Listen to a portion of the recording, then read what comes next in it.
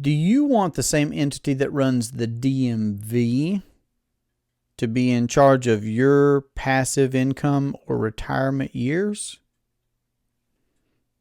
Hello and welcome to the Durham Talents channel. My name is Jesse Durham. Today we are going to discuss Social Security, retirement programs, pensions, and our thinking about those plans and ideas and programs with an infinite banking lens. So I know that there are going to be folks that already have some of these, or you have family members that do. It's something that's brought up in my conversations when I'm having strategy calls with folks. Perhaps we'll get to some nuggets and takeaways from some of those calls here soon. But let's begin by talking about the government's role. And again, no disparagement to individuals, to folks, okay? I'm actually getting ready to make some comments about the entity, the government as an entity, for example, okay? The same entity that runs the DMV, the post office. Okay, again, no disparagement to individuals, but the entity of the government itself. I'm gonna go ahead and make a book recommendation. Okay, Anatomy of the State by Murray Rothbard. Anatomy of the State by Murray Rothbard. Recently read this. Loved it. So insightful. He was a noted Austrian economist. Incredible read. Because again, I'm talking about the DMV and I'm talking about the government and I'm talking about the post office because we need to recognize that this entity goes about the business of printing money. That's very, very relevant. I was talking with a lady the other day who told me about how she had a pension because of her career, but that she was worried about her young daughter who I don't believe yet had started contributing to a 401k just really early in a career and just didn't know what things were going to look like for her daughter. Wanted to know if I thought that the infinite banking concept would be a good fit even for younger people. And, you know, that of course can lead to more great conversations for sure. The question is always, and ultimately here at least, who controls the banking function in your life? And is that something that you want to abdicate by sending away massive amounts of your capital to government entities or programs where you're not touching it, can't access it? Who knows what the guarantees are there for the next 10, 20, 30, 40 years. And this is the same entity that's printing money, causing inflation, raising our debt ceiling. If you've never heard me say it, an interesting find is to go to the usdebtclock.org website. That's usdebtclock.org. And you can see a lot of interesting metrics right there. Now, there are other things to talk about here, and I'm mentioning a few of them really quickly. Taxation. Have you ever considered that taxation is a form of control? It was James Nethery that pointed this out to me first when he said that, well, if the government can populate digits on a screen and if they can just print money, and they can, why are we still taxed? If not just because it's another level or form of control. Interesting, provoking thought. Again, can't recommend enough Anatomy of the State by Murray Rothbard. Okay, so I bring up these themes because they are relevant to talking about pensions and retirement programs and Social Security, because it's the government that has the hand in these things.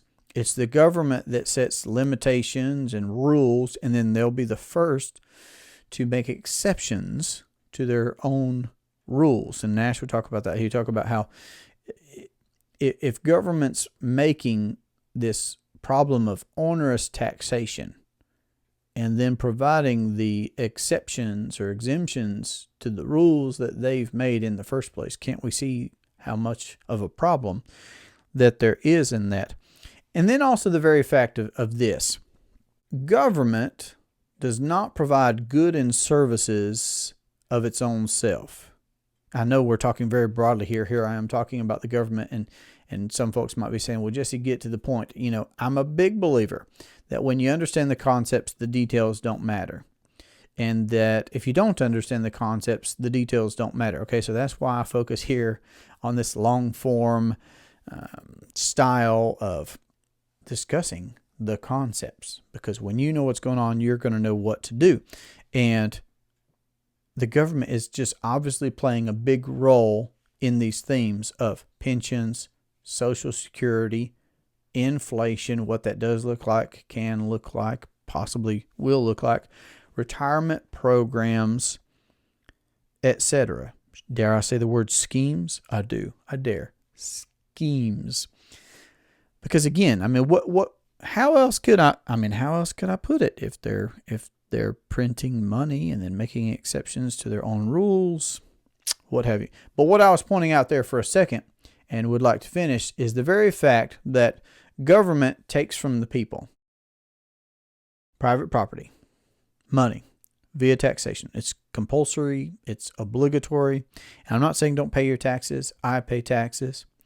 Christ said, render unto Caesar that which is Caesar's. But my point here is that government doesn't seem to diminish itself. Take the example of Social Security. Look that up for yourself. Look it up. How that got started, what it looked like when it did get started. Has it gotten smaller or has it expanded? Yes, because government expands. Okay, so it was a problem then. It's a bigger problem now. Okay, pensions. It was a problem then. It's a bigger problem now. My next recommended reading is going to be The Pension Idea. I know you can get this off of James Nethery's website, maybe off of infinitebanking.org as well, but The Pension Idea by Paul, I believe it's Poirot, Poirot. Lovely, insightful, very thought-provoking book. Highly, highly, highly recommend. So the government's a leech is what I'm saying. The government is a leech. It produces nothing of itself. It provides no good or service of itself. It takes from the people and redistributes in these different ways. So that's not even me necessarily making a judgment. I'm just trying to talk about the relevant aspects to consider what it can look like for us when looking ahead to retirement and passive income years, and how implementing the infinite banking concept can liberate us into financial freedom where we are not reliant on the government or pensions that are going to fail, or Social Security programs that are going to fail, or other government qualified programs and plans, okay, that look very different than when private individuals contract with each other, legally binding to guarantees and compound interest and lots of advantages when implementing the infinite banking concept. So I'm just trying to paint the canvas some in talking about the government, asking you to read these books for your own education, okay, for your own understanding, to really know what you know. And to ask you to look at the Debt Clock website and to consider that if we're going to abdicate control of our capital to the same entity that's not running on a budget itself, I mean, the government can't balance a budget, but we're going to abdicate our financial future to that entity? I think not. So it raises some questions is what I'm saying. Now, I made a note here to talk about something that I'd actually ended up talking with our sons here at home about recently. We homeschool our children, and a lot of our education takes place at opportune moments. Our sons might ask us a good question that leads to us looking at a book or reading something together or doing something together. Well, it just so happens that we read the Declaration of Independence just recently to address a government structure question that our oldest son had. And to talk about Social Security, I'd written down here just one short line from the Declaration of Independence, the part where it says, secure the blessings of liberty. And I just want to ask some questions here real quick, because I had those dollars coming out of my first paychecks. I can remember when I had my first job. And my question to you is Social Security voluntary or obligatory? Okay, yeah, I didn't get to choose. You didn't get to choose. We didn't get to choose. What does that have to do with liberty? I know this could lead to an interesting conversation, and I'm not trying to alienate anyone. I'm just trying to have a good conversation about important things. I don't want to get to passive income years and not have financial independence, and I'm sure that you don't either. So whether you agree or disagree, we're having a quality conversation here. I'd love to know your thoughts down in the comment section so far and as we go through this conversation. But it is compulsory. It is obligatory. It's mandatory. Okay, so those funds are taken out of our incomes to provide for Social Security. It's a confiscation then. Factually, it is a confiscation of private property. It is a confiscation of capital. Now, whether you think that's for a worthy cause or not doesn't change the fact that, we're not given this form. Well, would you like to voluntarily or nope, that option. So it's a confiscation. It's taken by force. I mean, we own the property where we live, for example, but I pointed out to our sons while we were talking about those things the other day that if we don't pay taxes on the property, it will no longer continue to be ours. Even though we owe nothing on it, it's ours. We live here. Just interesting things to consider between free thinking and independent folks. So if we're going to be reliant upon our government for our income, how else may we be compelled? Do you follow what I'm asking there? I'm just asking us to consider that if we're going to rely on our government for our passive income years, our retirement, if they were to even be able to successfully wield that future income, which I doubt. But if they were even, how could that be held as a carrot on a stick to compel us in other ways? Because we've abdicated that responsibility. And if you've not spoken to someone who subsists off of Social Security income, I think that would be an interesting conversation for you to have. I know that it's certainly given me insight into having this conversation with you now. And when you even walk that out and say, well, isn't it possible for the income or a percentage of the income that we may receive in the future, Social Security income, to be taxed? Well, wasn't that money already taxed and now we get it back after decades and it's diminished because of inflation? Again, I've got to go back to, and then we're taxed on it again? It just doesn't seem like a good plan. Now, if you happen to have a properly structured whole life policy with a mutual company that pays dividends, and you at passive income years or retirement age want to take withdrawals or make policy loans from your policy, your private assets, because you contractually can do so, is that taxed? No, it is not. So there's just a difference. And then some other questions that I think that are very, very important, very vital to consider are, is the likelihood that the U.S. dollar will be weaker in the future? Is that a great likelihood or is that a low likelihood? And to answer this question, I think you can just simply ask yourself, well, what did a candy bar cost 50 years ago? And what does a candy bar cost today? Okay. What may it cost in the future? It's just a good way to look at the buying power of our money, to look at what is happening due to inflation, to look at, well, not only that, but what could we do with a dollar in the past that would make a difference for us today? And what can we do with dollars today, depreciating dollars today? And here's infinite banking in a nutshell. One way of putting it, the ability to take depreciating dollars and fund appreciating assets, and along the way maintain a guaranteed death benefit. So it's a way to compound our capital into the future, to to be able to leverage it, to be able to access it, and to eventually have a tax-free transfer of wealth to the next generation. It's a beautiful concept. Qualified plans. We could talk about qualified plans. Here are my questions. I like asking these because these were asked about me. Back when I had state retirement, 401k, and I was first exposed to the idea that I could become my own baker, I had an individual ask me, Jesse, if you know something about your qualified plans, you probably know one of two things about that 401k that you have. You may or may not know whether your number went up or down this quarter. When you get your quarterly statement, you may know whether that number went up or down. You might know that.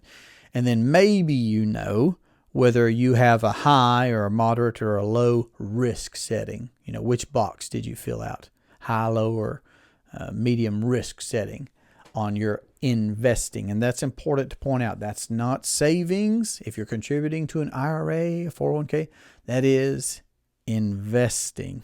I know I'm probably going to go quickly by that, but it's important to recognize.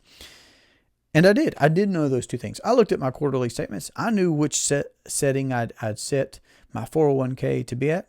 And beyond that, I knew nothing. So my question to you is, do you even know those two things? And if you do, what else do you really know about your 401k? Well, he said, Jesse, well, I'll teach you something about your 401k so you can know one more thing about it. He said, and this is back in 2015 when I first saw this idea. He said, well, there's a guarantee with your 401k.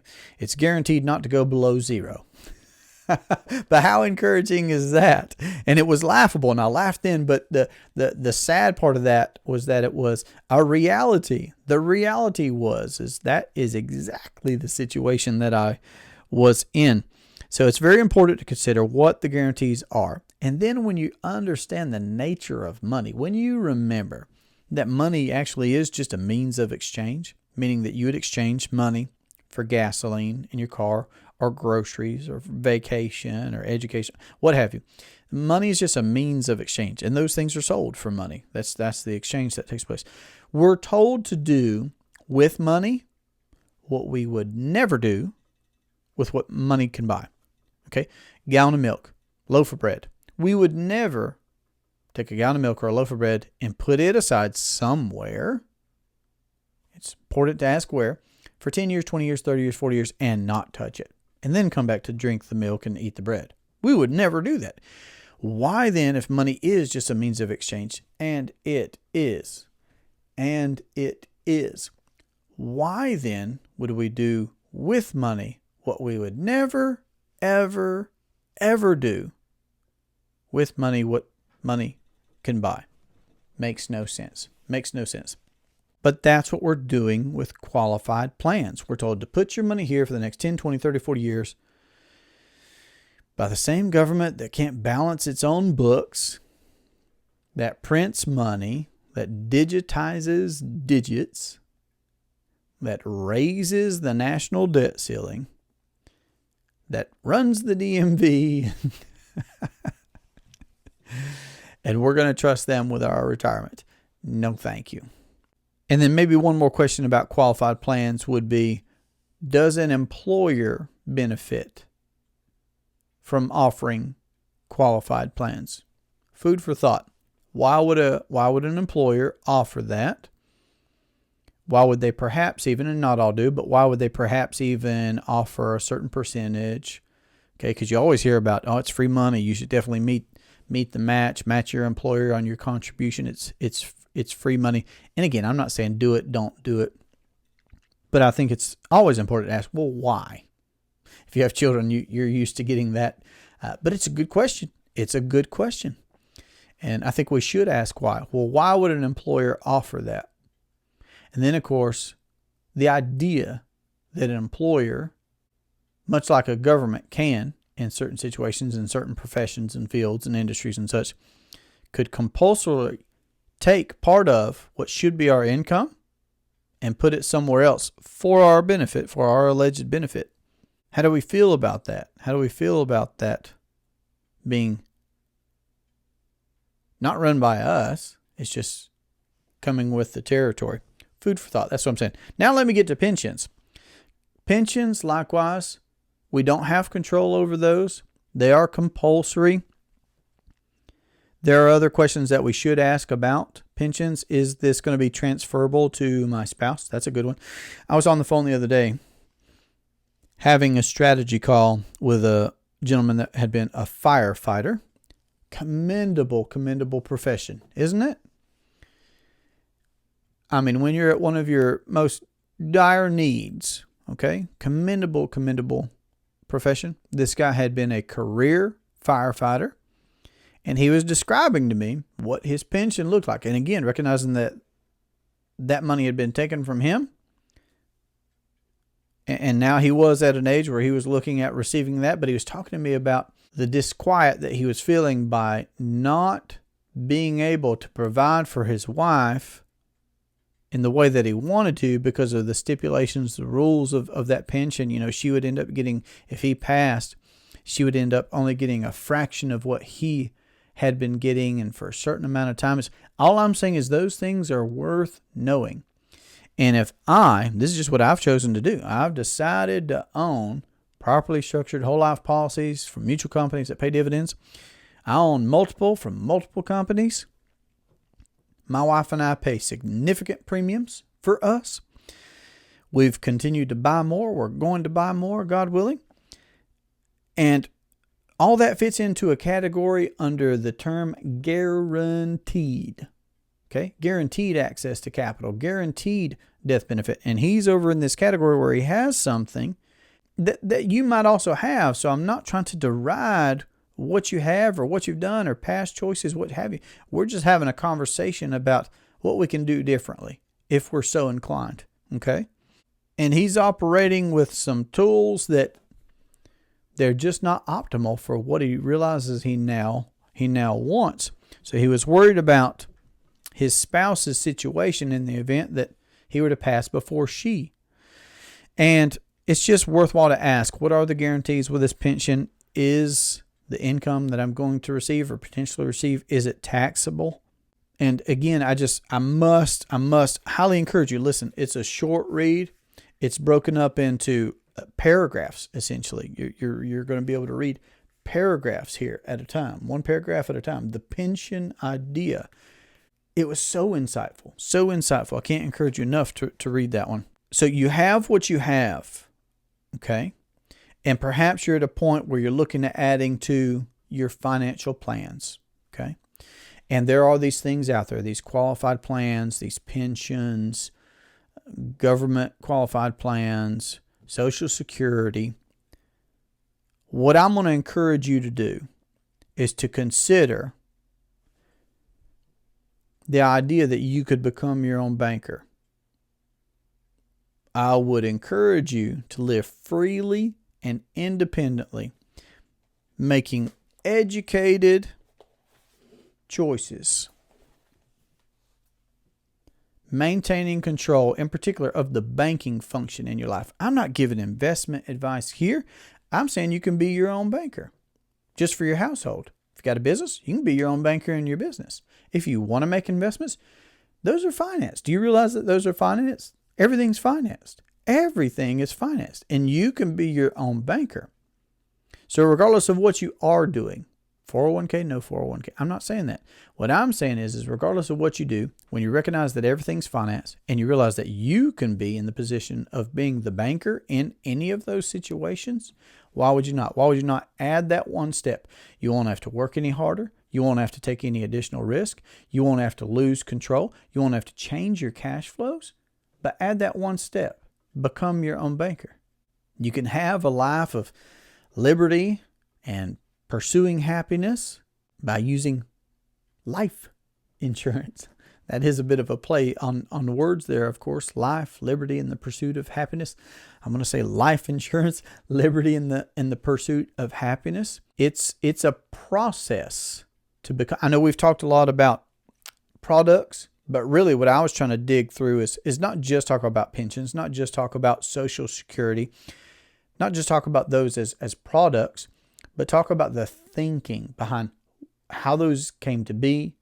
What does it look like to play ball in that court? What could it look like if you wanted to be your own banker? Because becoming your own banker is a process. It's not a product.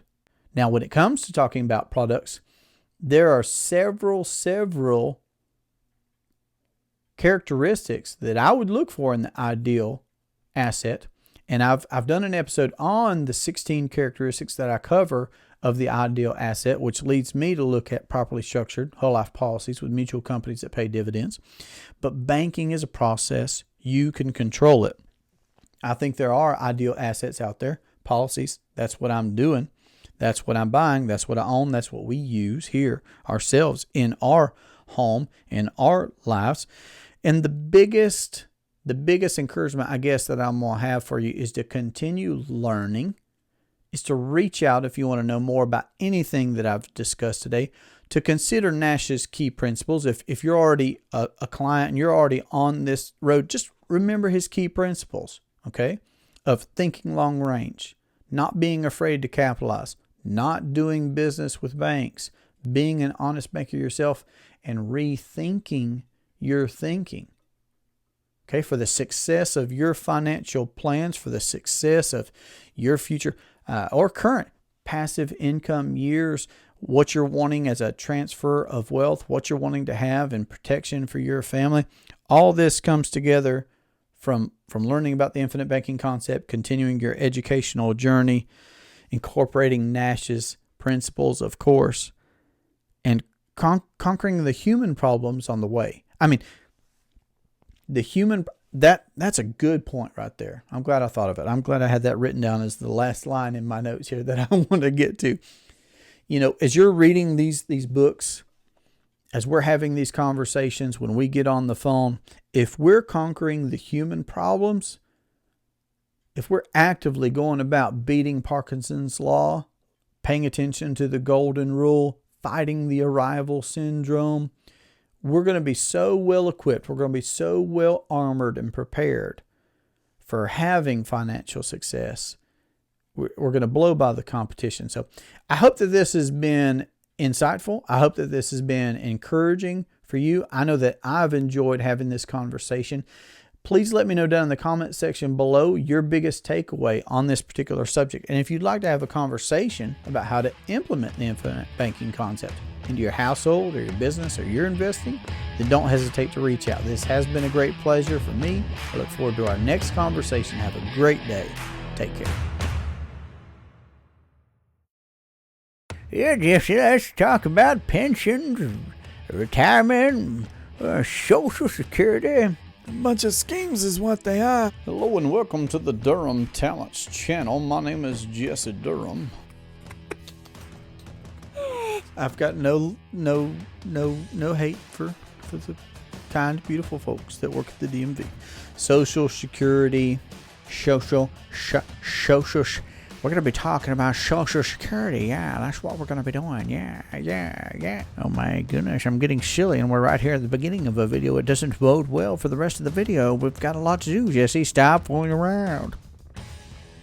It's going to be good. But we're going to be discussing I was really trying to take my time and enunciate. Maybe I should just own it. We're going to talk about Social Security. That's what we're going to do, Jesse, you see. Oh, my goodness. Really, Jesse. Come on, pull it together. It's going to be a lot of fun to edit. I know a good book says man won't live by bread alone, but it's a good place to start. Let's have some lunch.